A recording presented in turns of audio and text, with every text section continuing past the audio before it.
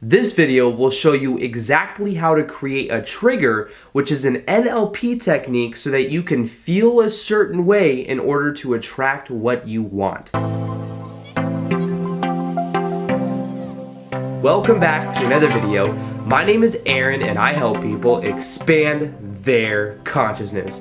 Now in this video, I'm going to be sharing with you something I've just come to understand, something I started to apply a couple days ago, and I've really been seeing great results with it. Now, it came from reading a book by Dr. Doughty Benza. I think it was How to Break the Habit of Being Yourself.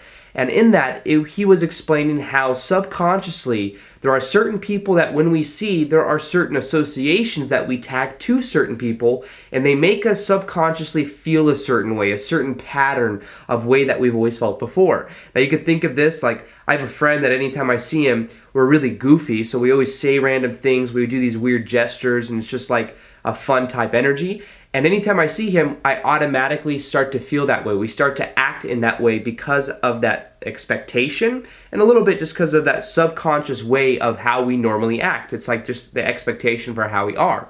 Now, in the same way, what we can do is as there's certain people that make you feel a certain way and there's a certain way we start to mirror the expectation that we have with them, what we can learn to do is to set triggers for ourselves so that when we are seeing certain things, we start to associate certain emotions with it so that it elevates our state of being.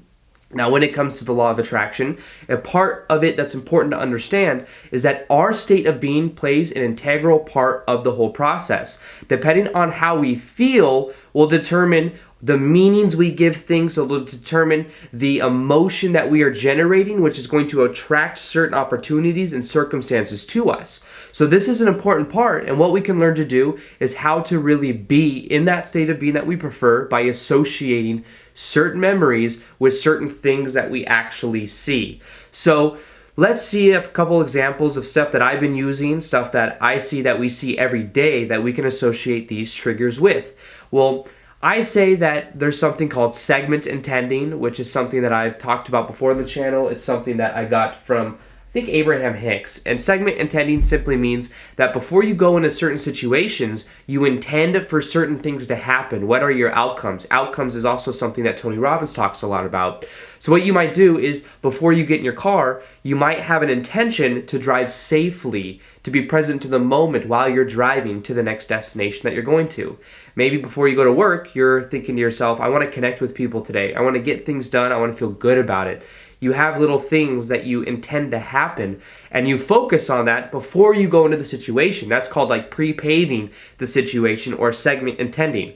Now, in order to apply these triggers in daily life, one thing that you could do is every time you walk through a doorway, you set yourself a trigger that you're going to move up your posture and you're going to focus on feeling confident. That's something you can do. You're going to walk through a whole bunch of doorways every day, and normally we just do it subconsciously. We walk through doorways, doesn't really mean anything, therefore there's no associations tagged to it. But what if every time you walk through a doorway, you paid attention to your posture and you decided to stand up straight, because knowing that your posture influences the hormones in your body and how you feel, you'll start to feel more confident. So you stand up straight and you focus on intention of feeling confident and powerful. Now, another thing you could do, and this is something I've been doing, is anytime you touch your door handle going into your car, what you could do is start to associate that with feeling safe, feeling like you're having, from point A to point B, you're having a safe commute. That's something you could do as well. Maybe every time you see money, you set yourself an association to associate that with something of gratitude. You feel grateful for what you have. As you do that, you're associating an emotion with something that you might see a lot. Anytime you pull money or you look at your credit cards in your wallet, you could associate that with gratitude. You'll start to link gratitude to money, which allows you to release any resistance and to really start embodying more of that state of being. You see, there's little things, and you can get creative with this. What are some things that you want to associate more of that state of being in your life? It's simple as understanding that any meaning that we perceive in our life is a neutral idea. We associate it with being positive or negative depending upon our own perspective. This is something I talk about a lot, but it's so powerful because once you come to understand that, you can tag any meaning that you want to anything. It's just based on you and what you prescribe to it. So in the same way, way, setting a trigger is as easy as having a certain association and then simply deciding that every time you walk through a doorway, every time you touch your car door, every time you see money, whatever it is, anytime you do that, you make a decision, you're going to focus on those things and on that association and feeling that emotion.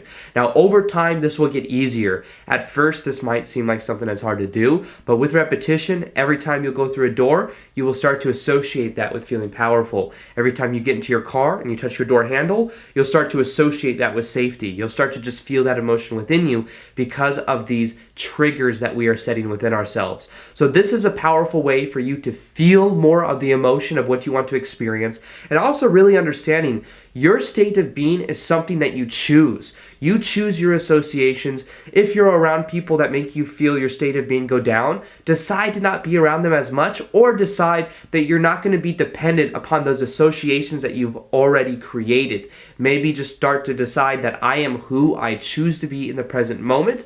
I can feel however I prefer, and as you do that, you'll find that you start to feel differently. And remember, as you start to feel differently, you start to find that you start to resonate with new type of opportunities in your life.